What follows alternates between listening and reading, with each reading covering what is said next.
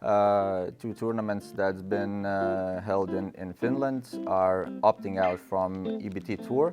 Give any value, it's only cost for the tournament's organizers. I bet that Brunswick is in talks, and the question is what the outcome will be. So if it's happening somewhere. Year to year. Sometimes Don't you know I just EBT think is happening.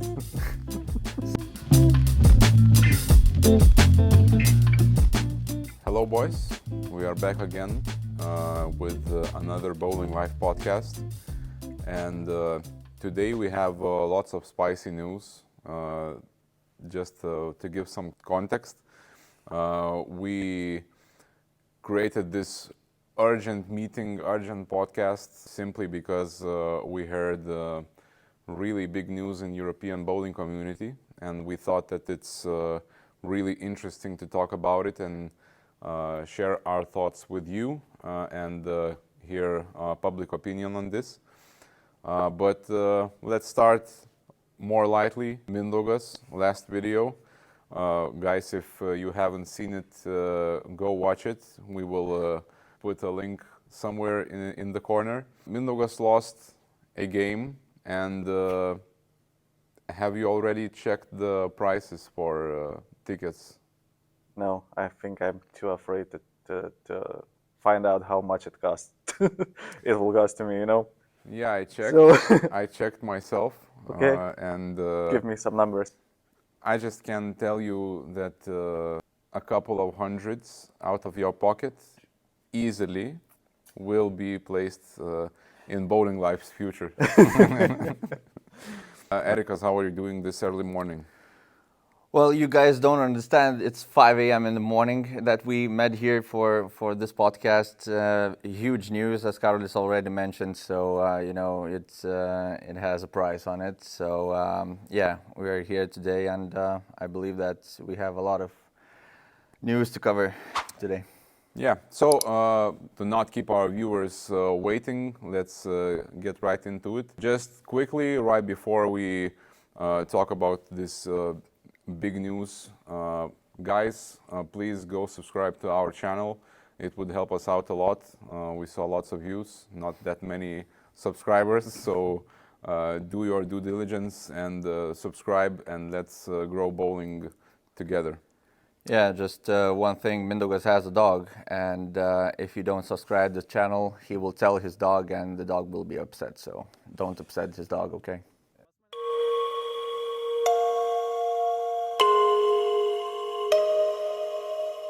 Let's jump right into it. European Bowling Federation, European Bowling Tour, and lots of new rules and lots of big news. So maybe Erikas, you could give us a short introduction of what's going on and what are we going to talk about. One of the biggest bowling ball and bowling things manufacturers, Brunswick, announced that two of the tournaments that's previously been in European Bowling Tour, specifically talking it's Ballmaster Open and International Hammer Challenge, so two tournaments that's been held in Finland are opting out from EBT Tour in regards basically on 78 hardness rule and the lack of value that EBT gives for the tournament. At least that was said in the press release that was announced by directors of that tournament. Yeah, so that's I guess a major blow to all European Bowling Tour and obviously European bowling community. And last time when we sat down together, we talked about the new rules. Well, I guess not that groundbreaking as we thought then, but it seems like the impact of the rule, which is not really enforced that much, it's like an optional for each organizer.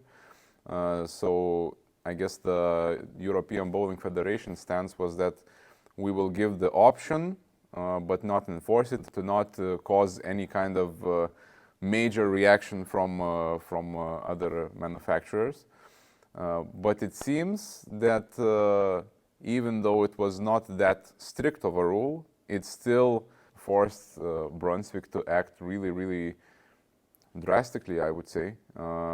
Did you expect this kind of reaction after this rule was introduced? I don't think, because, as you said, this rule doesn't look like very big thing. You know, tournaments have the options to adopt it or not.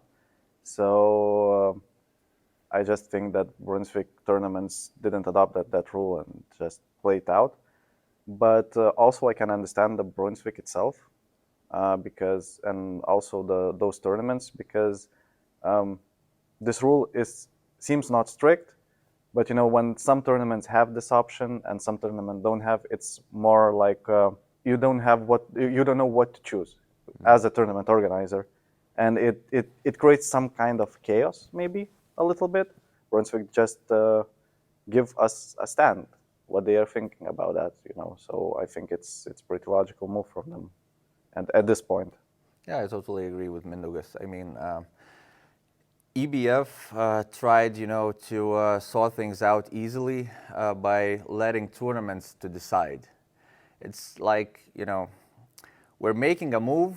We're telling that one specific bowling ball, let's be honest, this Purple Hammer, is an issue in European tournaments, and some players told it's loudly, and it's you know, common topic in the bowling world, and EBF representatives had to react to it, and they made a statement by you know, incorporating the rule into EBT rule book. At the same time, allowing tournaments to decide. At this point, tournaments that are not Brunswick-related will obviously use this rule, because other sponsors are pushing. Tournaments want to opt this ball out to show other bowling balls on the market, and you know, you have some kind of diversity between all other tournaments and Brunswick-related tournaments. So obviously, at this point, Brunswick understood that you have to make a strong statement here, because if you allow this rule to play in 2025 season, I believe that in the next year this rule would not be optional. It would be strict, that this bowling hardness rule, bowling ball hardness rule, is applied in every single tournament that EBT has. So right now we are talking about two major tournaments, Brunswick Ballmaster Open and International Hammer Challenge. So these are obviously two of the biggest EBT events. Brunswick Ballmaster Open, it's called like a gem of EBT. Obviously, it's the biggest one. I guess it's the oldest one as well. So that hurts European bowling tour, I guess, very much. Yeah, it's quite obvious that it hurts. As you mentioned, it's a real gem of EBT Tour. It's, you know, one of the most intriguing tournaments, because it's been from the start of EBT Tour since 2000, and it once had, I believe, that the biggest prize pot ever in European tournaments. So, you know, losing this kind of tournament is a big statement, and Brunswick understood this really, really well when they opted out. So, you know, it hurts, and I'm really interested to see how EBF responds to this situation, because, you know, losing this kind of tournament requires some kind of, you know, explanation or just statement from their side. And Erikas, you had a chance to talk personally with the managing director of both of these tournaments, Kai Virtanen. So firstly, let's hear him out, and let's see what he has to say about this whole situation. finally the Ballmaster and the Hammer International Challenge is out of European Bowling Tour. So how are you feeling right now? Are you, I don't know, frustrated for the situation that you had, or maybe you're feeling, relieved that it's finally over? Yeah, maybe a little bit relief because it's the discussion has lasted maybe 3 weeks now. So I have had discussions with Valger from the EBT and also discussions with the Brunswick. Okay, we have a very long history. We are the only tournament since the beginning of the EBT tour, and also we have adopted to the tour every year since that, and I think we are the Brunswick Ballmaster Open is the most known tournament in Europe. So it's for us, the EBT tour haven't give much value in the last maybe 5 years. I think that everything goes, or that mess started during the COVID, because during the COVID time, I think we was the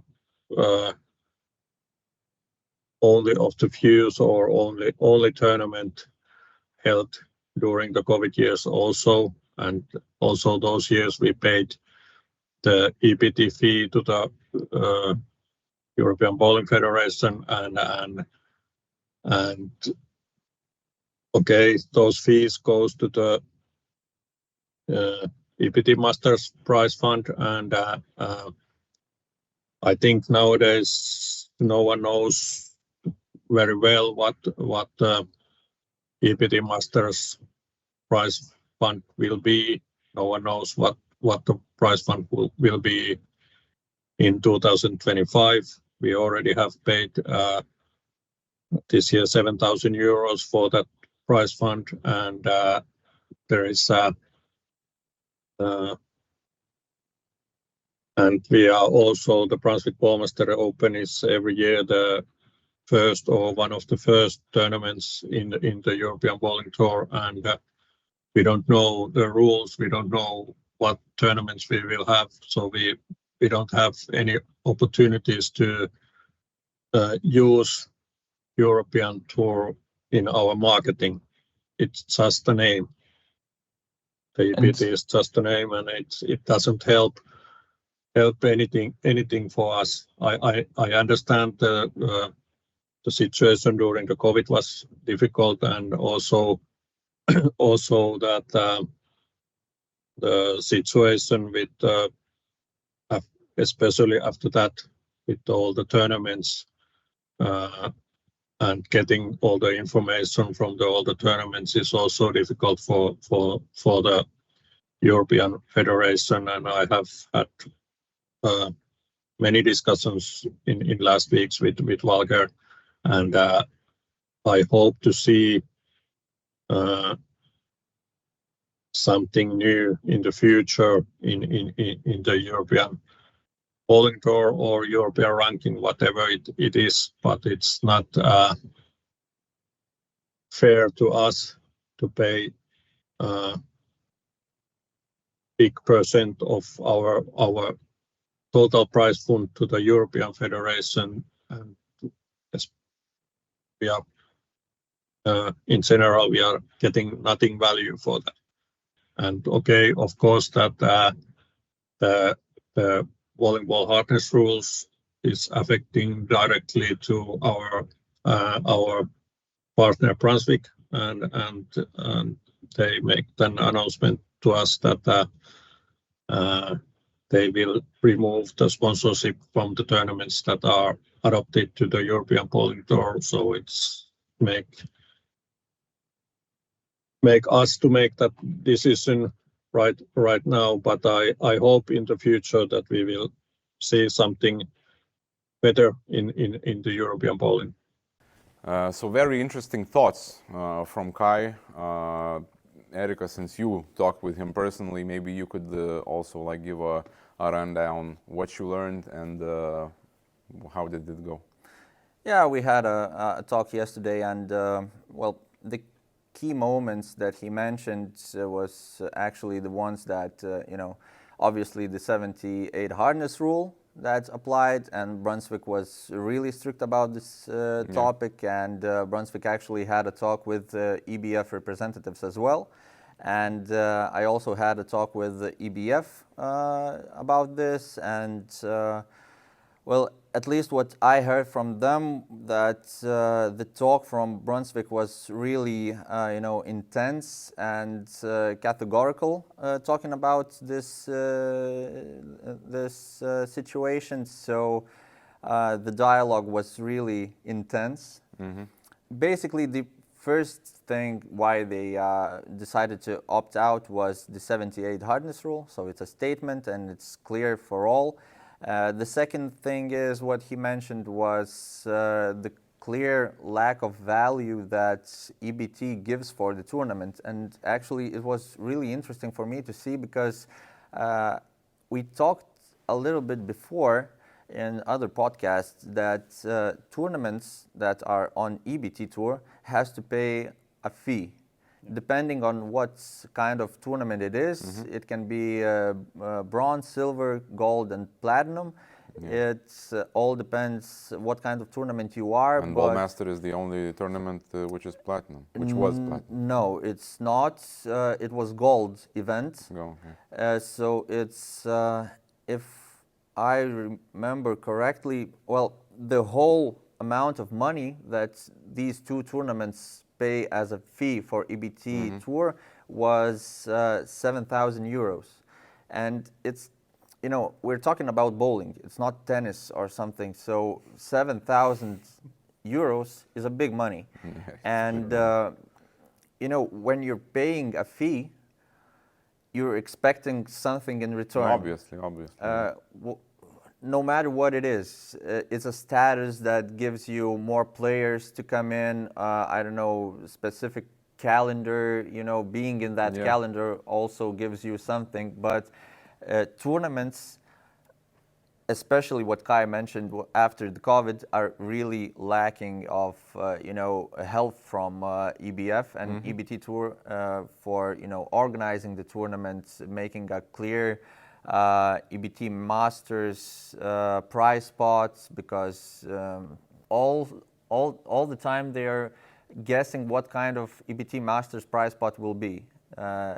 Kind of everybody knows what kind of fee you pay and how many tournaments you have and what status they have. And the pot is mystery. Yeah, exactly. And you have, some kind of pretty much a number, which is not a guess, but a clear thing, because for example, you have 14 tournaments. They all have some kind of status, a fee that is fixed, so you kind of know what kind of money you can expect on EBT Masters prize pot. But tournaments somehow doesn't know that information, and when it comes to the money and you don't know the answers, a lot of magnetism starts in that place. For example, I don't know what will be the total prize fund in the next EBT Masters in 2025, and I also don't know what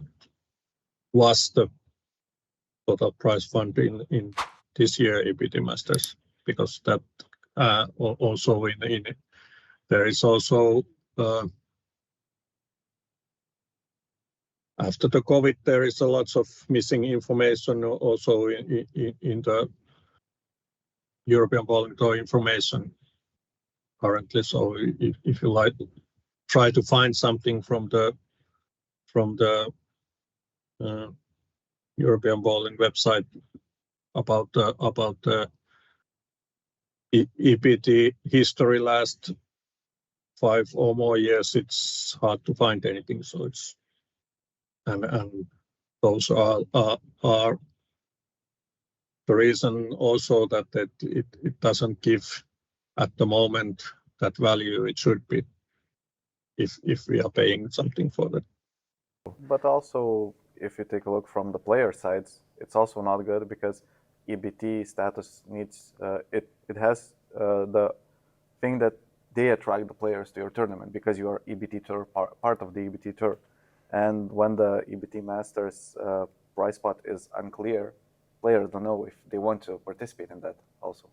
Yeah, of course. So it's kind on both sides, you know. Plus, it's a really good question, and Kai had mentioned it also in the comments for BowlingLife that there are not so many players that are EBT freaks, who comes to these kind of tournaments just because it's EBT tournament and they want to be on that top 8 in EBT Masters. So it's really kind of dependable situation because does a player really wants to be on EBT or does he want to be on a tournament that has a lot of competition and a lot of prize pot that comes together?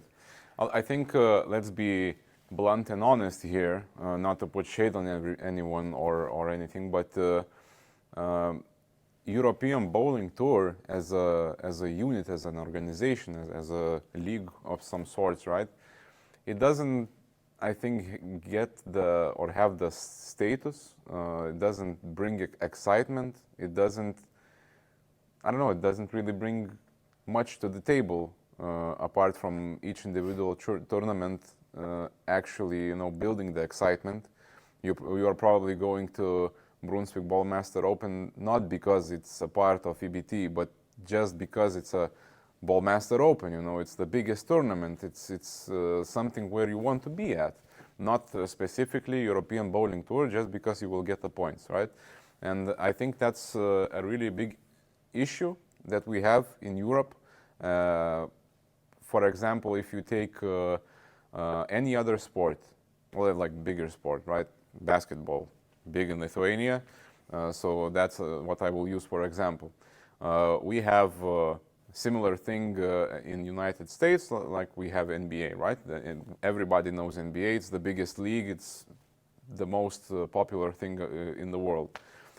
In bowling we have PBA, which is sort of PBA Tour, is something that you want to follow, that you want to watch. It brings you that excitement, same to viewers, same to players. You want to compete here to get the points because you're competing for something big. In Europe, in basketball, we have EuroLeague and other leagues, obviously, but EuroLeague is the biggest one, which also attracts lots of viewership. Usually, if players are not playing in NBA, they will probably play in EuroLeague. In Europe, you could say European Bowling Tour should be the thing. Unfortunately, it's so unknown that nobody is interested. Yeah, and just surfing on your thoughts, I really see that, as you mentioned, when you're bowling in Europe in a tournament, you're not thinking about, oh, this is EBT Tour and this is just one of the events. You're probably thinking about, it's a Ballmaster. Individual event. And additionally, and additionally, this is an EBT Tour event, so okay, I have 2 reasons to participate in. Yeah. You don't have to, look for the example so far away. We can just look at PBA Tour. You're not talking about Delaware Classic as a tournament that you just want to be, but in addition, it's a PBA Tour event. Mm-hmm. You're talking about a PBA Tour. I just have to be on PBA Tour because I'm one of the best players in the world. It's elite. And elite. It's elite. And I have to be in Delaware to bowl, not because it's, a nice tournament to be in. It's a PBA Tour, and I have to be it because I need to collect, points and to be there, and it's my job to be there. But so, also, look, guys, when you win the PBA Tour, event or the tournament, you not only win this tournament, you also win the points for the PBA Tour itself, and you win PBA title, which is like elite thing. In EBT Tours, you don't win some of the title. That's you, not you have true. own. No, that's That's not not true. true. You win They- Ballmaster. You win. Ballmaster. No. You win EBT Tour title. That's for sure. You win EBT Tour title. But the question is, does the bowlers, and that's really interesting topic, and I have to talk with some guys who previously won it, but does they really bowl for EBT Tour title, or they bowl to win some kind of a tournament that's Good topic. also on EBT Tour? Yeah. So, which is which? And at the same time, it would be nice to ask a PBA Tour player, what are they playing for? What You does know, it mean to win a yeah, PBA Tour title? yeah, exactly. But we heard what it means from the not last year's SLM, because when the AJ win, we heard a lot of players saying that this is a game-changing thing Yeah, of for course. them. If when you win the first major or first title, Yeah. it changes a lot. So And what does the EBT Tour title changes? yeah, Yeah, we this is should- a good question. We should ask one of the winners to understand that. But my guess, just one guess, that it doesn't change a lot. And unfortunately, I don't think that it brings lots of popularity to you as a player. Maybe it attracts some kind of publicity, some kind of one or another sponsor, hopefully. But I don't think that it for a person, for a player, that it's a thing that changes your career or changes your life. Unfortunately, EBT is just not at that kind of place, and for me, I think it's really unfortunate. I see European Bowling Tour as a huge opportunity for not only European bowling, but for bowling in general. I think it's a place. Let's take another example. We talked already with Nora on one of our videos about Swedish League. When you have some healthy competition, when you have lots of players who want to compete with each other, they compete for something, but for them, just being in the Swedish league, I think it's a huge thing already, and it creates that kind of excitement. You know, when you see the pictures, the videos, everybody screaming, shouting. You know, it's a different kind of atmosphere. Yeah. You have different teams playing. You have fans of each team. It's amazing. Yeah, and that's the main thing about the sport. You have to build the excitement. Yes, exactly. You're playing for it. Okay, you play for the title. I understand that. You play for the money because it's your job. I understand that. But every single bowler will tell you, and every single sportsman and sportswoman will tell you the same thing. They want to be in the crowds. They want to feel that excitement. They want to be in that moment when they strike for the win, and it builds a lot for them. They're in the sport for this one only reason. And if the tournaments or a whole bunch of the tournaments as the EBT are is if you don't build that, what's the reason to be in? Yeah, it has to bring something, and if bowling tournaments, bowling competitions, bowling tour is not bringing that excitement, if you have like finals and nobody's watching it, if a guy throws a perfect game, which maybe changes his spot in the tournament, it should be an exciting moment, full with cheers. Crowd is going wild. Yeah, That's the place where if we build the crowds, we build the excitement, we attract more viewers, we attract new bowlers, we attract new sponsors. Sport grows. Yeah, and in return you You get a and player from 2 lanes behind you clapped. Wow, amazing! Thank you. and your parents are watching. Yeah. Like, wow, okay. Yeah, so we are lacking so much of it, and for me it's really sad to see that such a, an important part of this sport is basically just going down. EBT Tour Masters is not that kind of event that is well known, and it's not that kind of event that it's that organizers want to organize it, and it doesn't. The rules of the EBT Masters are not very sexy. So if you want to have a audience for looking for that and things like that, so it's quite boring at the moment, I think. So it's I think that European Federation or organizers together with the European Federation has to think what we will need for the future for the European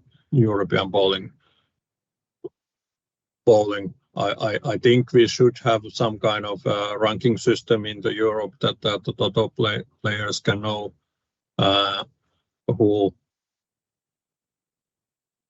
are the best players in the Europe.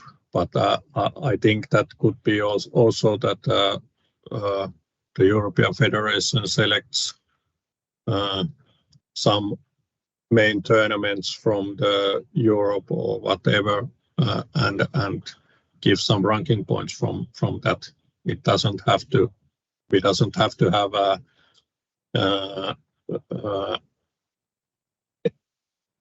EBT Master or similar, because it seems to be hard to organize, and it doesn't give any value. It's only cost for the tournaments organizers. We have two of the biggest tournaments going away. I hope they find a solution somewhere in the future, to maybe work again together to sort this thing out. But let's not forget, we have other Brunswick tournaments as well.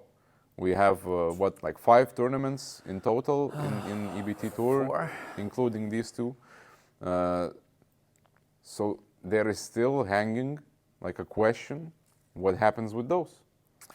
Yeah, I mean, you have to be really naive not to think that Brunswick is not in talks with all their related tournaments. It's not these two, but it's also the at least 2 others. So we have one in Spain and one in Germany.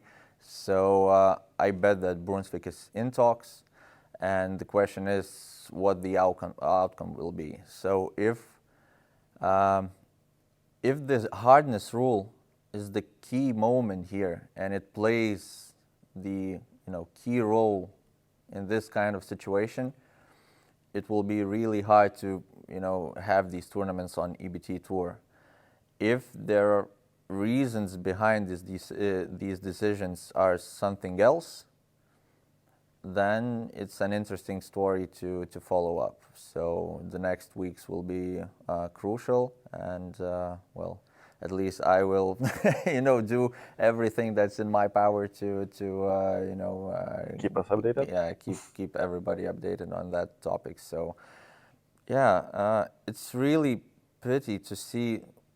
Well, for now it's probably the biggest manufacturer in the world being out of European bowling, but that's out of European. Yeah, bowling. it's not okay. Out of European bowling tour. Okay, but I just really hope that this whole situation can some kind of be to sorted out. Yeah, for but sakes of European bowling, we need to align. The biggest manufacturer and the biggest organization should find a solution on how to work together, basically. Yeah, but I had a brief talk with EBF representatives, and they're still in talks with tournament organizers, because when you're in the business for so long, you build friendships that's not that easily broken. And in spite, even Purple Hammer cannot destroy.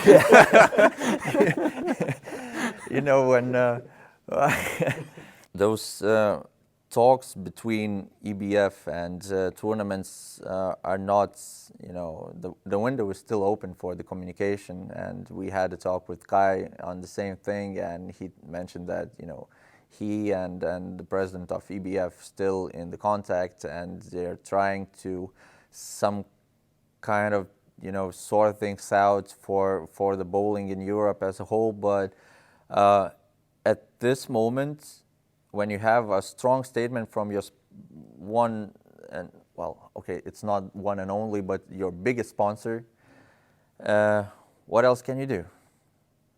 I mean, yeah, you have to weigh, like, if the sponsor, which basically makes your tournament possible, is more important, or European Bowling Tour, which, yeah, exactly, and which, let's be honest, and doesn't bring a lot to the table. exactly, and yeah.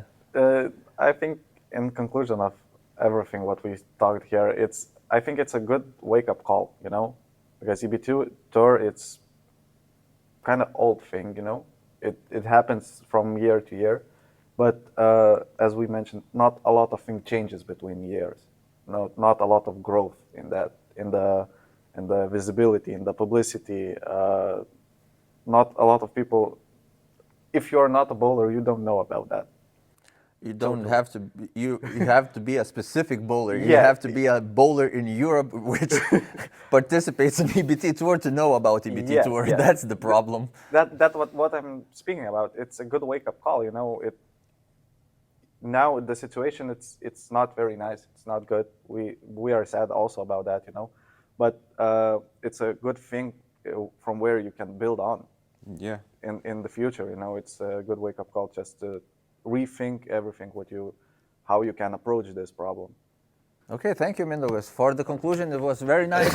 Thank you. Thank you. Yeah. As I mentioned before, we spoke with EBF representatives about this topic, and what they mentioned, and you can understand their sadness in this situation, because having 2 tournaments out and knowing that at least two other Brunswick-related tournaments are still in the thoughts about what to do.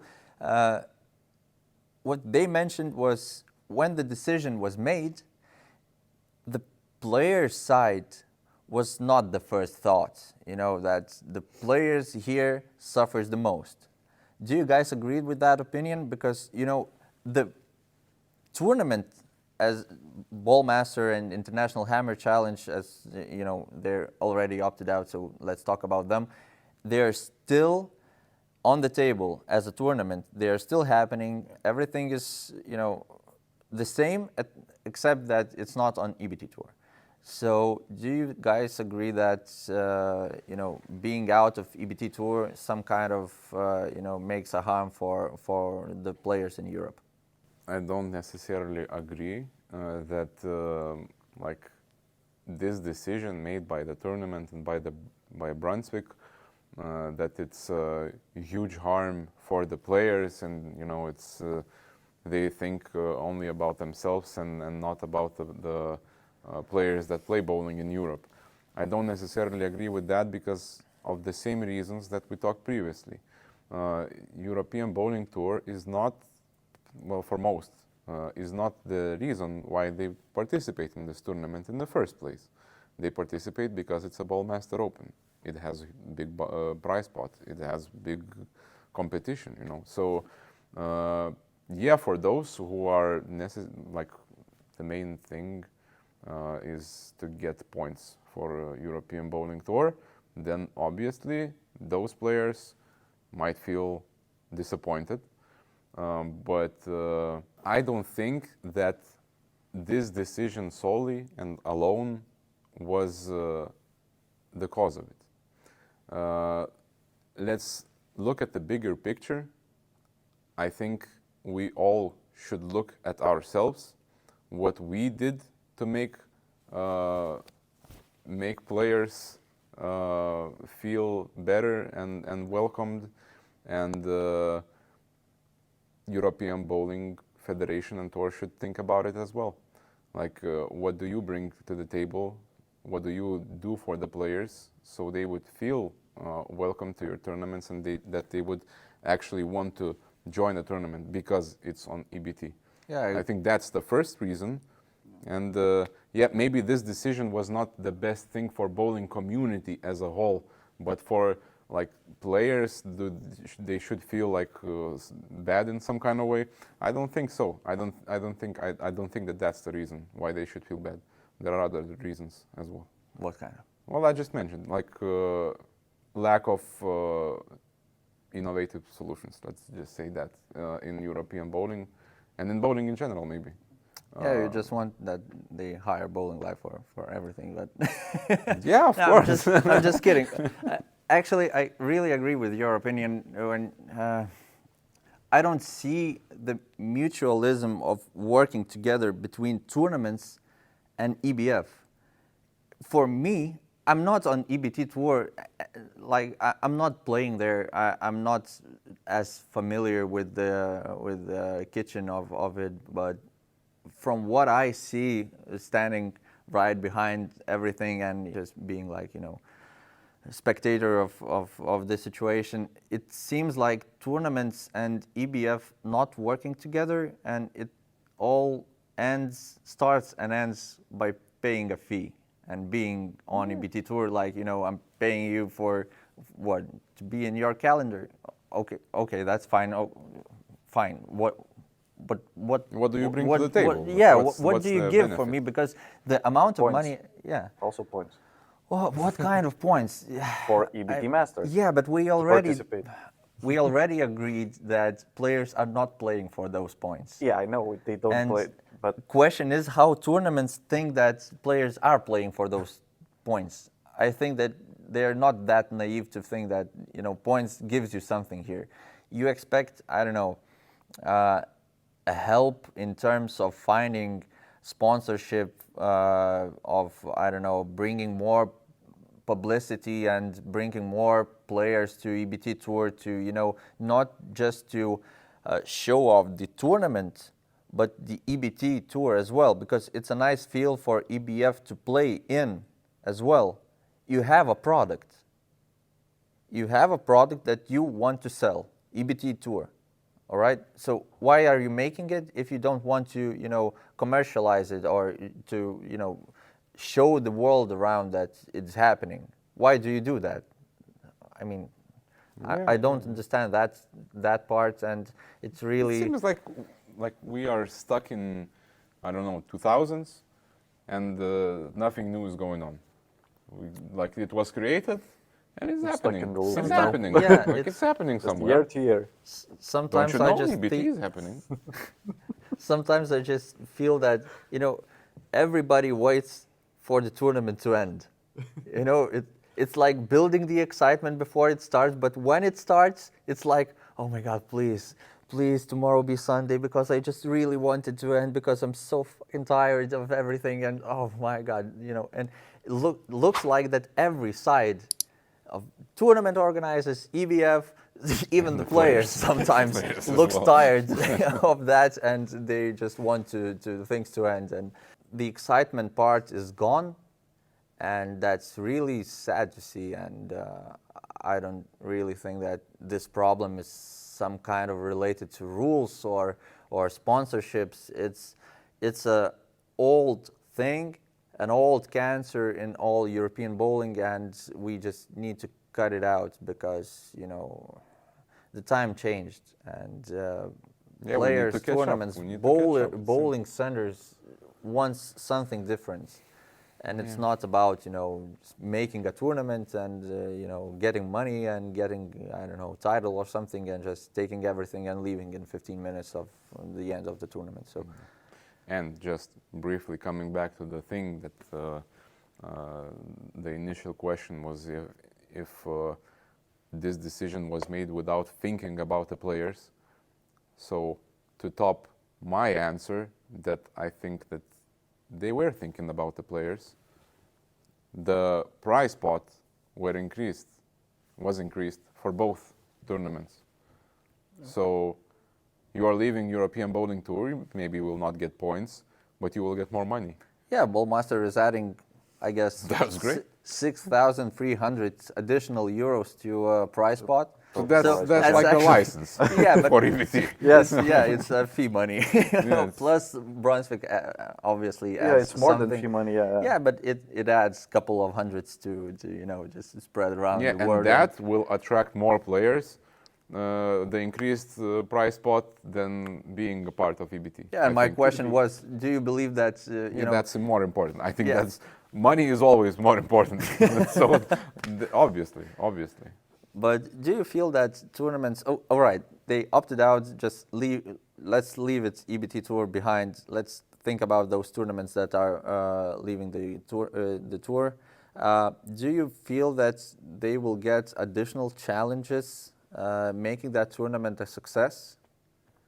In terms of players, and obviously it's not going to be a problem for the money because they're saving some and adding additional bucks to the prize pot. So question is, how many players will come to these tournaments? It's purely speculation, I think, because I don't imagine how much of the players play for the points. Actually, we established that maybe it's not a lot, but we don't know actual numbers. Okay, but I think the increased prize pot also this is one of the biggest tournament in Europe. Of course. If we look from this tournament side, I think it doesn't have any problems. Okay. It will be the same success. Let me be more specific. These tournaments, Ballmaster and International Hammer Challenge, will have Purple Hammer in it. Yeah. So the question is, how many players that are not Brunswick-related and are actually sick and tired of Purple Hammer will come to these kind of tournaments? Or maybe, those players who previously been in Ballmaster, in spite they're not throwing a Purple Hammer, they will, come to the tournament either way, and nothing will change. But look, like it's Ballmaster and Hammer Challenge leaving EBT. Either way, if they would stay, Purple Hammer would still be in this tournament because this rule is optional. Yeah. So Purple Hammer is out of the question here. It stays. It doesn't go anywhere. So I don't think that leaving the tour is somehow related here. Maybe some people will drop out because they are sick and tired of Purple Hammer and will just not. But it will be go the to same. tournament, but it's not related to them leaving EBT. I don't think that like this change, which looks grand, it's grand for EBT. For the tournament, well, it's sad, but it's unfortunate. But regarding the entries, regarding the players, I don't think that it's a big challenge because these tournaments, both Ballmaster and Hammer Challenge and other tournaments, if they decide to leave eventually, they are already known. They are big names in European bowling, and I don't think that they will struggle a lot to attract players. From the European Tour, there is maybe more value for the new tournaments in the tour because the tournaments comes more known and things like that. But especially for us, who are the most known tournaments already in Europe, it doesn't give so much value. All right, and what about EBT Tour then? EBT Tour should make really. So who's the victim here? Who's EBT. gonna suffer? It's EBT, I think. European Bowling Federation is definitely taking a huge blow here, but I mean it's up to them to fix it. They still have it's not damage is done. It's being done currently, but it's not something that you cannot recover from. You can find solutions. You can come up with different ideas. You know how to please different manufacturers, players, and so on. You know, It's a big federation. You are responsible for the whole Europe. You need to be innovative and you need to think of something. It's your thing to do. Kai mentioned yesterday that there's not much consultations left between EBF and tournaments that are happening, and they're really lacking of that. And that just proves my point. Yeah, but at the same time, do you guys believe that the decision to make 78 hardness rule in EBT Tour was a mistake from EBF? I mean, look at what they've done. My 2 cents in the story, okay? Just to begin with, they made this rule an optional one. It's not that they decided to implement it on every single tournament. They left it for the tournaments. All right. So at one point, every single tournament can decide. On the other hand, when you make this kind of rule optional, it's like a statement that we see the problem about one specific ball. We want to sort things out, but we don't have the guts to make it because we don't want to harm anybody. Yeah. But tournaments, well, just please do it, okay? Because someone has to make this hard decision. I wanted to say that the lack of, strong hand and having your own opinion, I think, like as a European Bowling Federation, you are the main thing in Europe. Yeah. You need to put your foot down. You are sit down with tournaments, talk about it, find the conclusion, find the best compromise, but you need to have opinion.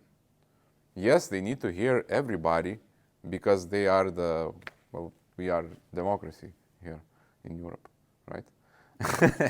So you need to talk with different sides, you need to find solutions, and once you are informed, you can make decisions. Right now it just seems like I talk with them, they don't like it, but I'm afraid to hurt somebody's feeling, so I'm not enforcing anything, but I'm just throwing it out there. Guys, if you want to, you can use it. But if you don't, it's up to you. Yeah, and the question is, if the rule was opposite, for example, let's make EBF is making a statement that we are leaving the 78 hardness rules, something for the American tours, and we here bowl a purple handler. It's not a problem. It's a nice ball, and blah blah blah blah blah.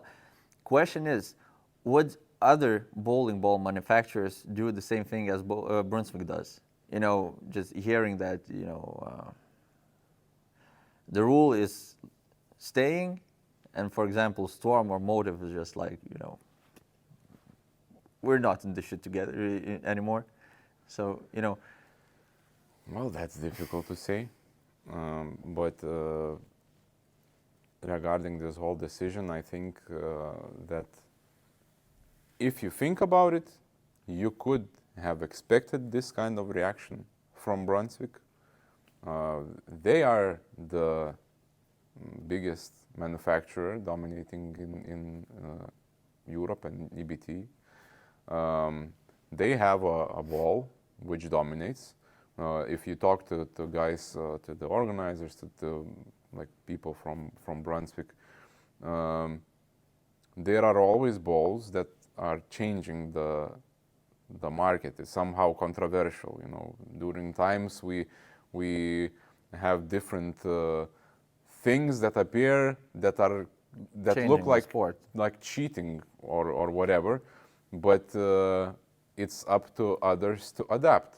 Yeah, but if we adapt, people just don't like the changes that are happening really rapidly. And when you have a bowling ball, it's not the first one ever created that changed the sport. Yes, that's what I'm saying. And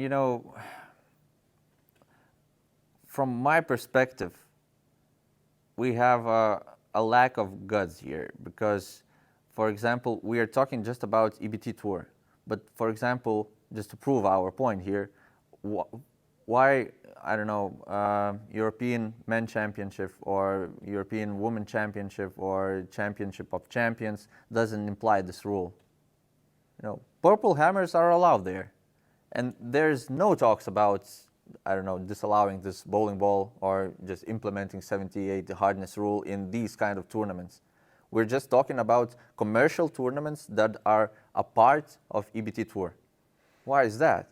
I mean, if you want to make a decision and you have a problem here somewhere, and usually that problem is connected to those tournaments, European Championships, because players there plays not for the money, they're playing for the title, because, you know, it is a statement to say that you're a European champion. Yeah.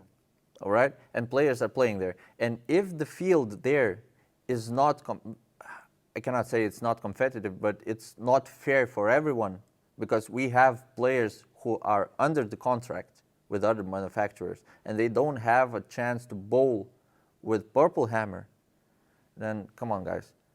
I just really know the players who would be in European Championships, but they weren't because they have no chance to bowl with purple hammer. And instead of them, other players are going because they are not under agreement, or better way, they are in agreement with Hammer, Brunswick, or any related manufacturer. So, you know, it's a bigger problem there, but nobody looks at that.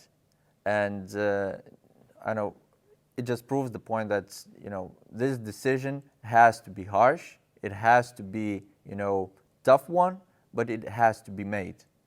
Whether you are allowing it or not, but you have to say it out loud.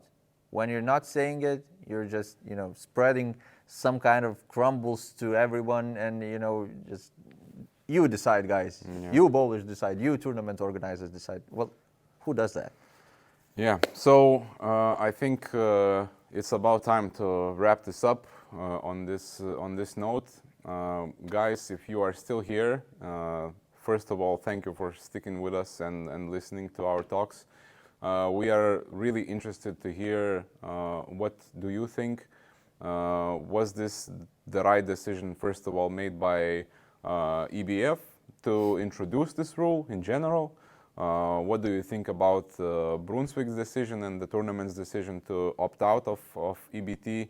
What will be the, I don't know, what will be the impact of this to players, to communities, and so on? Let's see how it all plays out. Let's see what happens in the next upcoming weeks and months regarding other tournaments. I think it's gonna be really interesting. Yeah, it's really interesting. I think a lot of big announcements are yet to come. So we are excited to see. Scared a bit maybe, but yeah, but in the next week or so, we will find out the EBT calendar for 2025. Yeah. So it's going to be interesting to see what kind of tournaments we have in there, because we have some kind of delay, you know, because of this situation. Obviously. So a lot of players don't even know about the what tournament will look like, EBT Tour, what will look like. So it's going to be interesting topic as well. Let's see how many tournaments are left on the new calendar. For now, it's 2. Yeah. So thank you guys again. Subscribe if you haven't, and like this video, obviously. And let's see each other in the next BowlingLife video. Keep on striking. Keep on striking.